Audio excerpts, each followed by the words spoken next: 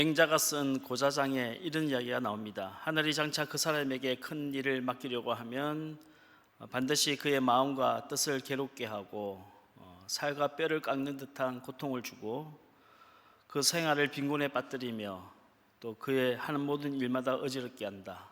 그렇게 함으로써 인내를 배우게 하고 그렇게 함으로써 이전에 하지 못하던 일도 감당하게 하는 것이다 하는 구절이 나옵니다. 고난과 시련이 없이는 하늘의 뜻을 받들 만한 사람이 못 된다 하는 이야기이겠지요. 꼭 성경뿐만이 아니라 동서고금을 막론하고 모든 지혜서들은 똑같이 말하는 것 같습니다. 고난이 없이는 사람이 큰 그릇이 못 된다고 말하는 것 같아요.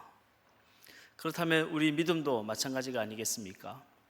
온실 속의 하초처럼 아무런 어려움도 없이 곱게만 살다가 천국에 가면 참 좋으련만 믿음은 그런 온실 속의 화초가 아니라 들판에 피어난 잡초와 같이 모진 비바람을 견디고 버티면서 자라나는 것이고 우리의 구원의 여정도 뻥 뚫린 4차선 고속도로가 아니라 좁고 협착하고 가파른 길을 헤쳐나가는 여정이란 것입니다.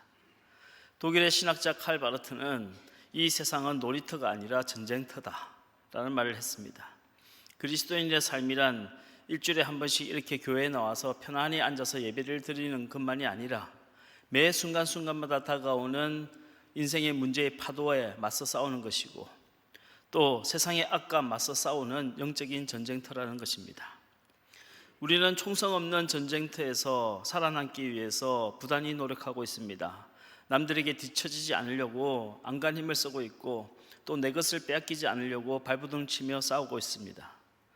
하지만 이 세상은 한간 놀이터가 아니라 무자비한 전쟁터이기 때문에 언제나 실패자가 있고 패배자가 있고 낙오자가 있고 또 뒤처진 사람이 필연적으로 생길 수밖에 없어요. 아무리 노력을 해도 높은 취업의 문턱을 넘어가지 못하는 젊은이들이 많이 있습니다. 또 고생 끝에 복이 오는 것이 아니라 고생 끝에 암병이 찾아오는 분들도 많이 있습니다. 사람을 통해서 받는 상처도 마찬가지이지요. 대개의 경우에 사람은 악해서라기보다는 약하기 때문에 서로에게 상처를 주는 겁니다. 깨어지기 쉬운 이 약한 유리잔이기 때문에 사람의 손가락을 베이는 것처럼 상처받기 쉬운 약한 마음 속에서 독한 말들이 튀어나오는 겁니다. 요즘 사람들은 육체적인 노동보다 정신적인 노동을 더 힘들어합니다. 몇십 킬로짜리 무거운 짐을 들고 가는 것보다 이 마음의 근심의 짐을 지는 것을 더 어렵게 생각합니다. 방독면을 쓰고 가스실에서 10분을 버티는 것보다 싫은 사람하고 1분 동안 한 테이블에 앉아 있는 걸 훨씬 더 어렵게 생각하는 거예요. 그러니 대인관계의 스트레스로부터 오는 우울증과 공황장애가 계속적으로 늘어날 수밖에 없습니다. 얼마 전에 기사를 보니까요, 우리나라 서울대학교 학생들 중에 절반가량이 우울증을 앓고 있다고 합니다. 하나님을 믿는 사람이라고 해서 불행이나 고난이 비껴나가주지는 않습니다. 제가 보니까요, 아주 훌륭한 목사님들도 치매에 많이 걸리시기도 하고 정말 기도 많이 하고 믿음이 좋은 권사님들도 암병에 걸리기도 합니다. 평생 예수 잘 믿고 정말 정직하게 열심히 살아온 사람들도 부도를 맞기도 합니다. 우리는 내가 믿는 하나님이 만병통치약이 아니라는 사실을 알아야 합니다. 하나님만 믿으면 병도 안 걸리고 사업도 잘 되고 자식들도 좋은 대학에 특급 붙고 시집장가도 잘 가게 하는 그런 로또 하나님이 아니란 겁니다. 하나님은 불행이나 고난이 전혀 없게 하시는 분이 아니라 불행과 고난 속에서도 우리를 끝까지 포기하지 아니하시고 우리를 끝까지 붙들어 주시고 마침내 구원하시는 하나님이십니다. 믿음이란 시험과 고난이 전혀 없는 그런 초월적인 신비한 영역에서 살아가는 것이 아니라 지극히 현실적인 영역에서 살아가는 것입니다. 그 속에서 당한 모든 어려움과 위기를 견디고 버텨내면서 넘어져도 다시 일어날 수 있는 힘을 얻고 용기를 얻는 것이 믿음인 것입니다. 우리가 잘 아는 고린도전서 10장 13절 말씀에 사람이 감당할 시험 밖에는 너희가 당한 것이 없나니 하나님은 미쁘사 너희가 감당치 못할 시험을 허락지 아니하시고 시험을 당할 즈음에 또한 피할 길을 내사 너희로 능히 감당케 하시느니라 하는 말씀이 있습니다. 저도 가끔씩 마음이 어려울 때마다 이 말씀을 자주 묵상하곤 하는데요, 그런데 여기서 감당치 못할 시험을 허락하지 않는다라는 말씀이 무슨 의미일까요? 하나님이 우리에게 고난을 주시되 우리의 사정을 봐가면서 주신다는 그런 뜻일까요? 너는 이 정도까지만 감당할 수 있으니까 딱 여기까지만 시험을 줄게, 이런 의미일까요? 그렇지 않을 겁니다.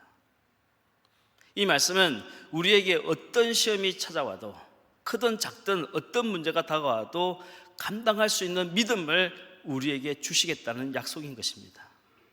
여러분, 하나님께서 우리에게 주시는 모든 좋은 은사들 중에 가장 좋은 선물은 믿음이란 사실을 기억하시길 바랍니다.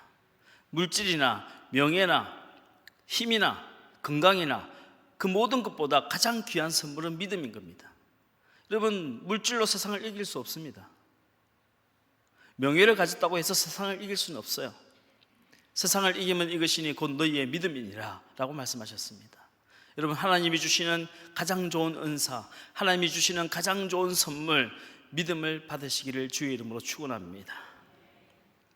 너희가 감당치 못할 시험을 허락지 아니하신다는 말씀은 이 고난의 크기와 믿음의 크기는 불가분의 함수관계라는 뜻입니다. 다시 말해, 시험이 크면 클수록 하나님은 우리에게 감당할 수 있는 더 큰 믿음도 주신다는 겁니다. 우리가 한평생 살면서 시험과 고난이 전혀 없다면 얼마나 좋겠습니까? 모든 일들이 다 내 뜻대로 되고 다른 사람들도 다 내 마음과 같다면 얼마나 좋겠습니까? 하지만 세상 모든 사람에게 세 가지 공평한 것이 있나니, 첫째는 인생은 내 마음대로 안 된다는 것이고, 두 번째는 내 마음과 같은 사람은 아무도 없다는 것이고, 세 번째는 인생에는 공짜가 없다는 겁니다. 고통이라는 대가를 지불하지 않고 얻을 수 있는 열매는 없는 겁니다. 성장통이 없이는 아이들의 키가 자라지 않고, 꽃샘추위가 없이는 진달래가 피지 않는 것처럼 우리도 고난이라는 풀무불을 통과하지 않고는 정금과 같은 믿음을 얻을 수가 없는 것입니다. 인생의 고난은 한 번으로 끝나주지 않습니다.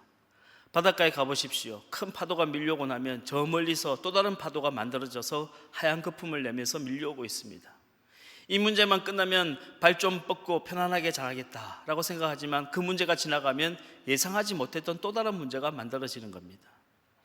지진이 일어난 이후에도 여전히 남아있는 것처럼 고통이라는 파도가 핥히고 지나간 자리에는 여전히 아픔이 남아있는 겁니다. 아픔은 쉽게 잊혀지지 않는다는 겁니다. 무엇보다도 하나님을 믿는 성도가 당하는 고난은 영혼의 깊은 곳에 상처를 줍니다.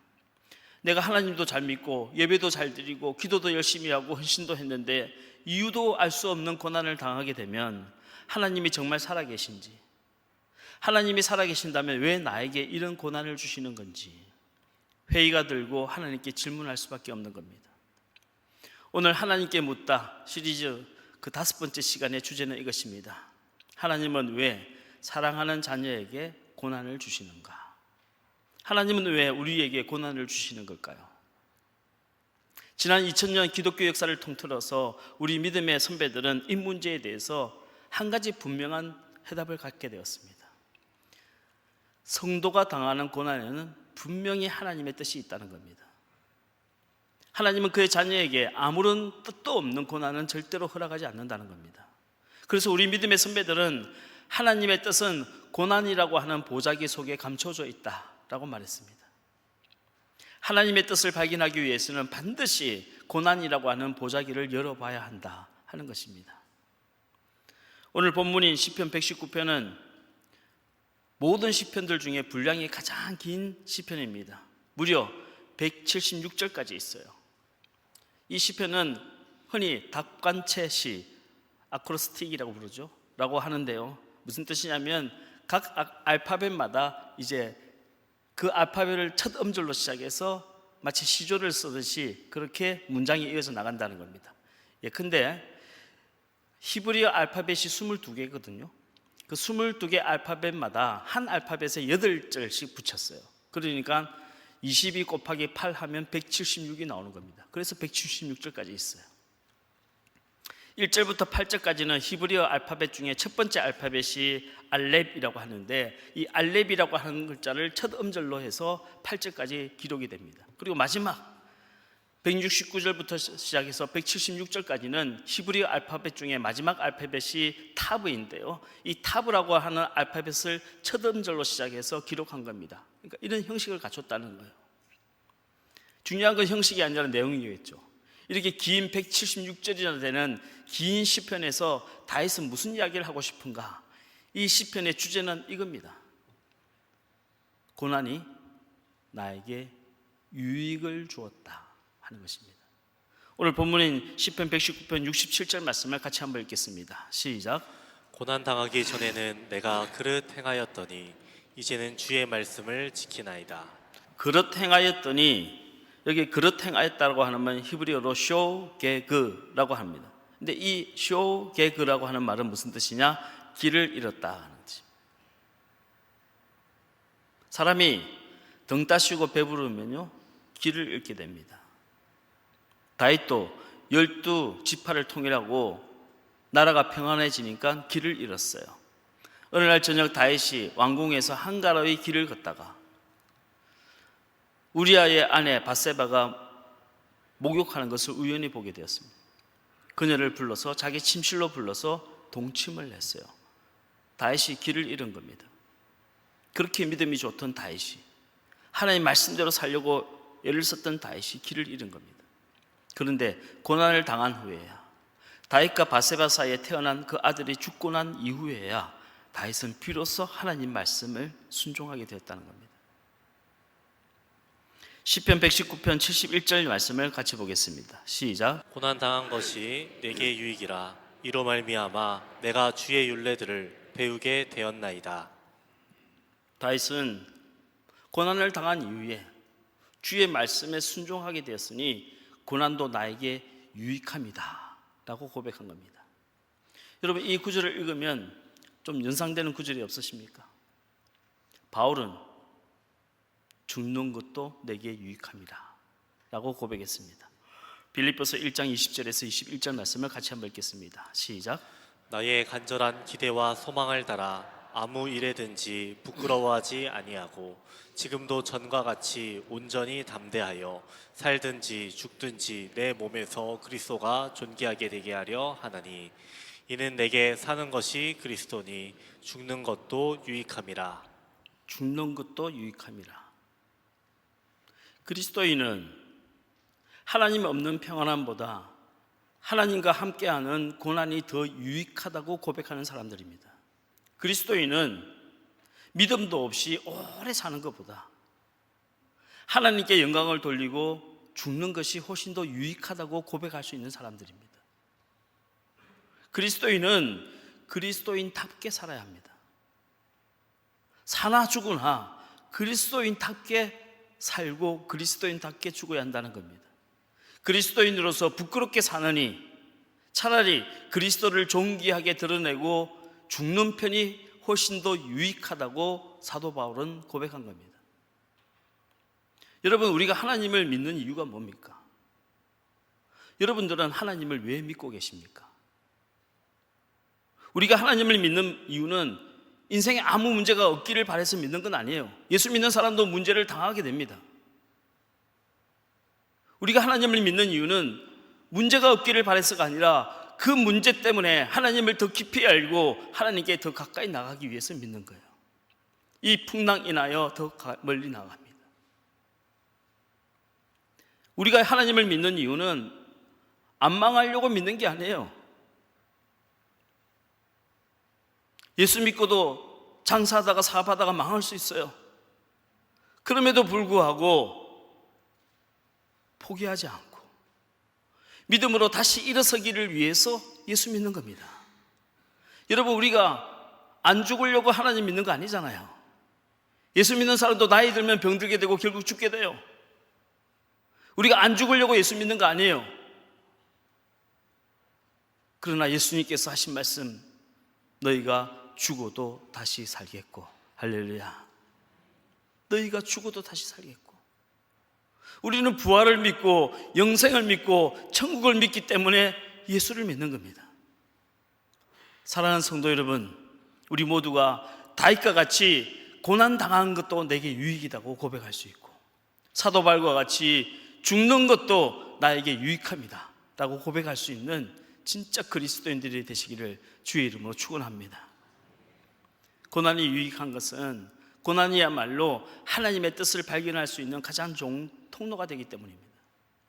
몇 년 전에 지리산에서 안전 구조대원을 하고 계신 분을 만나게 된 적이 있는데, 그분을 따라서 자연 약초 군락지를 찾아가 본 적이 있어요. 그런데 뱀사골까지 가는 길은 요즘에는 나무로 데크를 만들어서 편안하게 갈 수 있어요. 근데 거기서 끝나는 구간부터가 힘든 겁니다. 이제 계곡을 따라 높은 산속으로 기어 들어가는데요, 얼마나 길이 가파른지 몰라요. 가지들이 얼마나 가시나무 가지가 많은지 올라가는데 점프가 다 찢겨지고 머리가 헝클어지고 여간 힘든 게 아니었습니다. 근데 중요한 것은 나무 데크로 가는 길까지 가서는 절대로 자연 군락지를 갈 수가 없다는 거예요. 그 험한 길을 통과해서 가야만 자연적인 약초 군락지를 볼 수가 있다는 겁니다.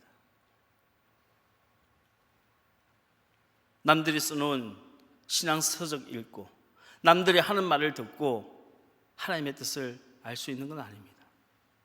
나에게 주어진 그 고난의 길, 나에게 주어진 십자가의 길을 더듬어 가면서 비로소 하나님의 뜻을 발견하게 되는 겁니다. 오늘 저와 여러분 앞에 시험과 문제가 있다면 그 고난이 아무 유익도 없는 고난이 아니기를 주의 이름으로 축원합니다. 그 고난을 통해서 나를 향하신 하나님의 뜻을 발견할 수 있는 믿음의 여정이 다 되시기를 주의 이름으로 축복합니다. 우리 몇 가지 고난의 의미를 생각해 보겠습니다. 첫 번째, 고난이 없는 인생은 없습니다. 괴테가 쓴 파우스트에 이런 유명한 구절이 나오죠. 인간은 노력하는 한 방황하리라. 제가 젊었을 때 이 글을 읽고 너무 감동이 되었어요. 그래서 저희 대책 없는 방황을 정당화하기도 했습니다. 신앙적인 회의를 품고 하나님께 대들기도 하고 반항도 하고, 그러다가 두들겨 맞고 깨어지고 자빠지고 넘어지면서도 그게 제가 노력하기 때문이라고 생각했던 거예요. 지금 와서 돌이켜 생각하면 참 부끄럽기 이를 데가 없는데요, 그럼에도 불구하고 그 시절 흔들리지 않고 피는 꽃은 없듯이 그렇게 방황하면서 넘어지고 자빠지고 했던 경험들이 오히려 시간이 지나면서 하나님을 더 깊이 이해하게 되고 주님을 더 사랑하게 된 계기가 되었던 것 같습니다. 여러분, 흔들리지 않는 나침반은 고장난 나침반입니다. 우리가 나침반을 보면 언제나 N극을, 북쪽을 가리키고 있지 않습니까? 하지만 자세히 들여다보면 이 나침반의 바늘은 끊임없이 흔들리고 있어요. 전혀 흔들리지 않고 북쪽을 가리키고 있으면 그 나침반은 이미 고장난 겁니다. 우리는 믿음의 주요 온전케 하시는 예수님을 바라보고 살아가고 있지만 자세히 들여다보면 우리 믿음은 언제나 흔들리고 있어요. 전혀 흔들리지 않는 믿음은 사실은 고장난 믿음이에요. 나는 어떤 문제를 만나도 절대로 내 믿음은 흔들리지 않습니다 라고 말하는 사람은 이 뇌가 고장이 났거나 마음이 고장난 사람이에요. 대부분 마음이 고장난 사람들이죠.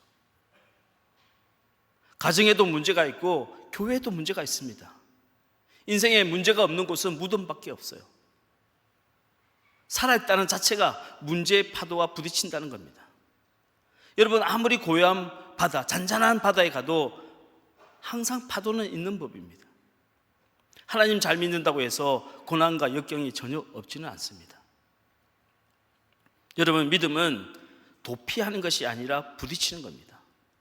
파도를 피하다 보면 결국은 물에 빠지게 되지만 파도와 부딪히다 보면 파도를 이기고 나가게 되는 겁니다. 불교의 교리 중에 열반이라고 하는 말이 있지 않습니까? 이 열반이라고 하는 말은 원래 그 뜻은 촛불이 끄듯이 순간적으로 훅 하고 꺼지는 걸 열반이라고 불러요. 그런데 자세히 생각해 보면 이건 현실을 도피하는 이야기입니다. 여러분 생각해 보세요. 눈을 감으면 순간적으로 촛불은 꺼집니다. 하지만 눈을 뜨면 촛불은 계속 타오르고 있죠. 무슨 말씀이냐? 현실을 도피하는 것은 올바른 방법이 아니라는 겁니다. 출근하는 게 힘들다고, 아침에 가는 길이 복잡하다고 회사를 그만둘 수 있습니까? 사람들한테 스트레스 받는다고 나 혼자 산골에 들어가서 살 수 있냔 말이에요. 전에도 말씀드렸지만 일전에 나는 자연인이다 하는 프로를 보니까 어떤 남자가 직장에서 하도 사람들한테 스트레스를 받으니까 사표를 내고 깊은 산골에 들어가서 움막을 짓고 혼자 사는 겁니다. 그 은박 앞에 텃밭을 가꾸면서 거기서 감자도 심고 배추도 심고 해서 그걸 먹고 사는 거예요. 근데 어느 날 저녁에 멧돼지가 내려와서 그 텃밭을 다 헤집어 놓은 겁니다. 이분이 TV에 나와서 울상이 돼서 말하는 겁니다. 사람들이 괴롭히지 않으니까 이제는 멧돼지가 나를 괴롭힌다고. 여러분, 그 누구에게도 방해를 받지 않고 그 누구에게도 스트레스를 받지 않고 살아갈 수 있는 방법이 있습니까? 없습니다. 그러므로 우리는 문제가 없기를 위해서 기도할 것이 아니라 어떤 문제 속에서도 믿음을 달라고 기도하시고 어떤 문제를 만나도 이길 수 있는 지혜를 달라고 기도하시기를 바랍니다. 두 번째, 고난은 우리의 죄를 깨닫게 해줍니다. 요나는 니느웨로 가서 복음을 전하라는 하나님의 말씀을 듣고도 불순종하고 정반대의 방향인 다시스로 가는 배를 타고 갔어요. 요나라고 하는 이름의 뜻은 비둘기란 뜻이에요. 비둘기는 순결과 순종을 상징하지 않습니까? 하지만 요나는 비둘기가 아니라 까마귀처럼 하나님께 대들면서 반항하면서 불순종했어요. 왜? 요나는 니느웨 사람들이 너무 미운 거예요. 니느웨는 아수르 제국의 수도입니다. 아수르가 이스라엘을 침략해서 괴롭혔어요. 그러니 니느웨 사람들이 복음을 듣고 회개하고 구원받는 게 싫었던 겁니다. 그래서 개꼬라지 미워서 낙지 산다고 아무 상관도 없는 다시스로 가는 배를 타고 가는 겁니다. 이제 우리 대한민국은 미국에 이어서 세계에서 두 번째로 선교사를 많이 파송하는 나라가 되었어요. 그런데 우리나라 선교사들이 유독 가기 싫어하는 나라가 하나가 있습니다. 일본이에요. 지난 36년 동안 우리의 주권을 찬탈하고 그렇게 괴롭히고도 사과도 제대로 하지 않는 그 일본에 가서 복음을 전하는 게 싫은 겁니다. 요나도 그런 이유 때문에 하나님 말씀에 불순종했어요. 원수까지도 사랑하라는 하나님의 말씀보다는 내 감정이 더 우선이었던 겁니다. 여러분, 우리가 왜 신앙생활하면서 반반에 실패할까요? 하나님의 말씀보다 내 감정이 중요하기 때문에. 이런 사람들은 하마르티아, 불순종의 죄를 지을 수밖에 없습니다. 그런데 곰곰이 생각해 보면 요나가 문제가 아니라 사실은 우리가 더 문제잖아요. 그렇지 않습니까?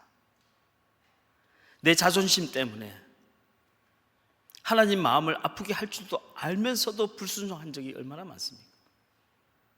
하나님 말씀을 몰라서가 아니에요. 이해를 못해서가 아니에요. 다 알면서도 내 감정 때문에 하나님의 말씀에 불순종한 적이 얼마나 많습니까? 그러니 요나가 문제가 아니라 사실은 저와 여러분이 문제라는 거예요.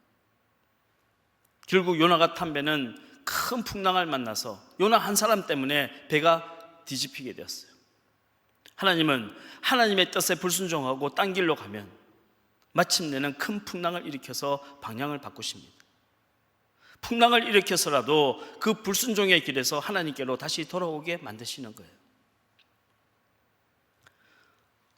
일전에도 우리 교회 와서 설교를 했지만 저희 형 김현기 목사는 사실은 제 어머니가 처녀 때부터 기도원에서 기도를 많이 하신 분인데 저희 형님을 임신할 때부터 시작해서 하나님 앞에 소원하고 기도했어요. 주의 종으로 바치겠다고. 그래서 그런지 저희 형님은 학창시절에 믿음이 굉장히 좋았어요. 아침에 학교 갈 때도 1시간 전에 나가서 교회 들러서 꼭 기도를 하고 학교를 가고, 학교를 파고 집으로 돌아올 때도 그냥 집으로 돌아오는 법이 없어요. 꼭 교회 가서 혼자서 기도하고 집으로 돌아왔어요. 그런데 좋은 대학 가고 좋은 대기업에 취업하고 또 나와서 사업하면서 돈을 벌면서 그 좋은 믿음 다 까먹고 말았어요. 제가 서울 강동구에 처음 교회를 개척했을 때 좀 교회 일꾼되라고 집사를 시켜놨더니 하나님이 없다고 막 그러면서 도망갔어요.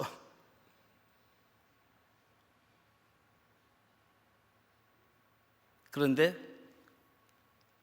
요나의 길에 풍랑이 다가온 것처럼 하루아침에 풍랑이 다가왔어요. 저희 형을 보니까요, 인생이란 게 그렇게 어렵게 공동탑을 쌓아도 하루아침에 무너지는 게 인생이더라고요. 사업이란 거요, 아무리 잘 돼도 하루아침에 무너질 수 있어요. 뭐 돈 결인이 어쩌고 저쩌고 했던 제일 친하고 믿었던 친구들이 제일 먼저 배신했어요. 가족도 잃어버렸습니다. 저희 형이 간증한 것처럼 정말 극단적인 생각을 품고 경춘가도를 달리다가 자기도 모르게 우연히 들어간 곳이 강남 금식기도원이었어요. 그곳에서 하나님을 만나고 하나님의 음성을 듣게 되었습니다. 만약 그때 하나님이 제 형을 만나주지 않았더라면 저는 하나밖에 없는 형을 잃을 줄도 몰랐어요. 그때는 가족도 힘들고 본인도 고통스러워했지만 시간이 지나 지금 돌이켜보니 모든 것이 하나님의 은혜이고 하나님의 섭리이고 하나님의 간섭이고 고난 중에도 하나님의 뜻이 있다는 것입니다. 여러분, 사람이 아무리 똑똑하고 박사가 되어도 풍랑을 만나기 전까지는 내가 틀린 줄 알면서도 방향을 바꾸지 못하는 것이 인간이에요. 알아도 못하는 겁니다. 그래서 하나님은 사랑하는 자녀를 위해서 고난이라는 풍랑을 불러일으켜서 그 인생의 길을, 방향을 바꾸시는 겁니다. 바람이 적당하게 불어오면 순종하는 척 했다가 다시 엉뚱한 길을 가는 걸 알기 때문에 하나님은 제대로 된 강풍을 불러일으켜서 다시는 영적인 다시스로 가지 못하도록 길을 막으시는 겁니다. 여러분, 구원의 여정에 대해서 한번 생각해 봤으면 좋겠어요. 2000년 전에 예수 그리스도께서 십자가 위에 피 흘려 죽으심으로 우리의 구원은 이미 성취가 되었습니다. 이미 성취가 되었기 때문에 이 구원에 뭔가 부족한가 싶어서 뭐 한가를 더하거나 빼거나 할 필요가 없다는 겁니다. 사도 바울은 예수 그리스도께서 성취하신 구원 외에 다른 복음을 전하는 자는 저주를 받으리라고 말했어요. 그리고 우리가 그 예수 그리스도를 나의 구주로 믿고 영접하는 순간 성령께서는 그 구원을 확신시켜 주십니다. 2000년 전에 이미 성취된 구원이 나의 구원이 되었음을 확정시켜 주시는 겁니다. 성령 체험의 본질은 뭐 사람이 벌벌 떨거나 입신하거나 방언하거나 예언을 하거나 신유를 하거나 하는 은사보다도 더 중요한 본질은 하나님이 나를 구원하셨다고 하는 내적인 확정입니다. 하지만 이렇게 내가 구원을 받았다고 하는 확신을 가졌다고 해서 내 모든 죄가 다 없어진 건 아닙니다. 우리 속에는 여전히 죄의 관성이 남아있고 불순종하는 버릇이 남아있는 거예요. 성령께서는 우리의 이러한 연약함을 아시는 거로 우리의 연약함을 도우시기 위하여 말할 수 없는 탄식으로 우리를 위하여 간구하고 계십니다. 성령께서는 우리의 구원을 완성시키도록 돕고 계신다는 겁니다. 그런데 성령께서는 우리의 구원을 위하여 말할 수 없는 탄식으로 간구하시며 우리를 위로하시기도 하지만 때때로 책망하시기도 하고 징계하시기도 합니다. 그래서 제가 구원받은 사람들은 심판은 받지 않지만 징계는 받는다라고 말씀을 드리는 겁니다. 다윗이 고난당한 것이 내게 유익이다 라고 고백한 것처럼 히브리 기자는 징계가 없으면 친아들이 아니고 사생아다 라고 말했던 겁니다. 히브리서 12장 6절에서 8절 말씀을 같이 한번 읽겠습니다. 시작. 주께서 그 사랑하시는 자를 징계하시고 그가 받아들이시는 아들마다 채찍질 하심이라 하였으니 너희가 참음은 징계를 받기 위함이라. 하나님이 아들과 같이 너희를 대우하시나니 어찌 아버지가 징계하지 않는 아들이 있으리요. 징계는 다 받는 것이거늘 너희에게 없으면 사생자요 친아들이 아니니라. 전에 응답하라 1988이라는 프로가 있었습니다. 그 프로를 보면 주인공인 덕순이가 남동생인 노을이라는 아이가 있었거든요. 고등학생인데 이 노을이랑 사귀는 이제 여자아이를 집으로 초대했어요. 근데 이 아이는 소위 말하는 비행 청소년이었습니다. 고등학생인데 머리를 노랗게 물들이고 담배를 피우고 아이들한테 삥을 뜯고 폭력을 행사하다가 파출소에 잡혀가고 하여튼 그런 여학생이었어요. 이 아이를 집에 불러서 같이 식사를 한 장면이 나옵니다. 그런데 주인공인 덕선이가 이 여자에게 갑자기 질문하는 겁니다. 그런데 넌 노을이가 왜 좋아?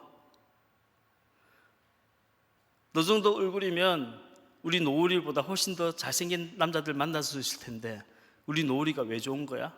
하고 물어봤어요. 그때 이 여학생이 이런 말을 했습니다. 처음이야. 나한테 담배 피지 말라고 한 사람이. 작년에 부모님 돌아가시고 사람들이 다 좋은 말만 해주더라. 다 괜찮다고, 다 좋다고, 다 잘했다고. 그런데 노을이가 처음으로 화를 내는 거야. 그것도 진심으로. 근데 그게 너무 고마웠어.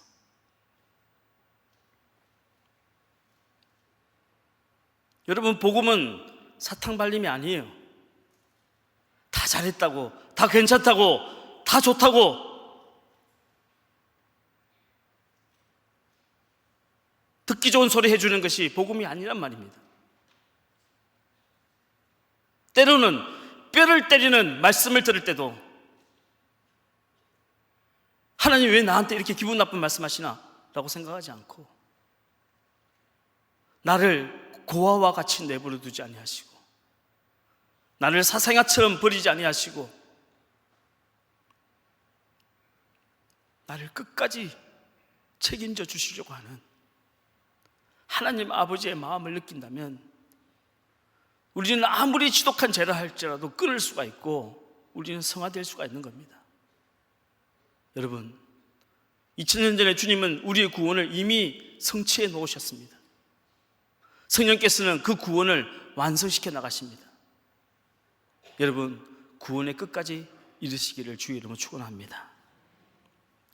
세 번째, 고난을 통해서 하나님께 영광을 돌리게 하는 겁니다. 요한복음 9장을 보면 예수님께서 예루살렘 성에 들어가시다가 날 때부터 앞을 보지 못하는 한 소경을 고치는 장면이 나오죠.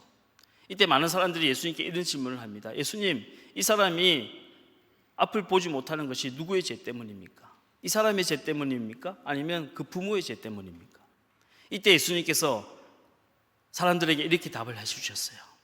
이 사람이 앞을 못 보는 것은 이 사람의 죄 때문도 아니고 그 부모의 죄 때문도 아니라 이 사람을 통해서 하나님께 영광을 돌리기 위함이다. 할렐루야. 세상 사람들은 불행한 일을 당하면요, 이게 누구 때문이지? 누구 때문에 이런 일이 생긴 거야? 남 탓을 하고 원망을 하고 심지어는 안갚음을 하려고 합니다. 도덕적인 사람, 윤리적인 사람, 종교적인 사람은 내가 무슨 죄를 지어서 이런 일을 당했나?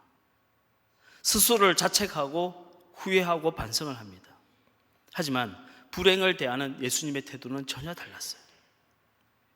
예수님은 불행의 원인이 누구에게 있는가 하는 것을 묻지 아니하시고 이 일을 통해서 하나님께 어떤 영광을 돌릴 수 있을까?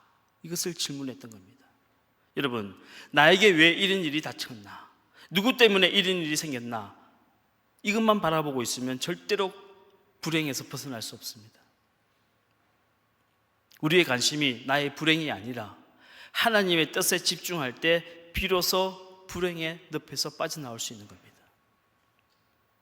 자책만 하고 후회만 하는 것이 아니라 매 순간마다 하나님의 뜻이 무엇인지를 물어보고 다른 사람 탓하고 원망만 하는 것이 아니라 매 순간마다 하나님께 어떻게 영광을 돌려드릴까? 기도하는 사람에게는 비로소 그 사람에게는 고난이 무익한 것이 아니라 유익한 것이 되는 겁니다. 사랑하는 성도 여러분, 저와 여러분 모두가 크고 작은 문제를 만나고 있고 사람은 누구나 자기에게 주어진 고난의 십자가를 지고 가고 있습니다. 그 모든 고난이 유익한 고난이 되기를 주의 이름으로 축원합니다.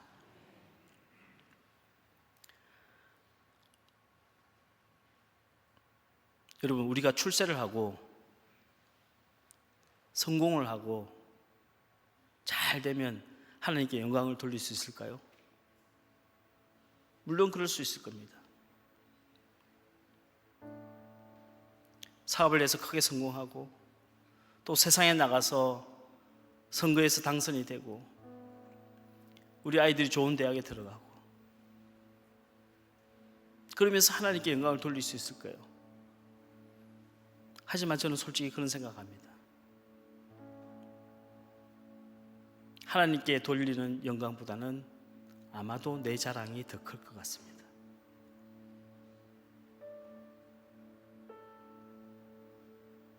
우리는 말로는 내가 이렇게 잘 되고 성공해서 하나님께 영광 돌린다고 하지만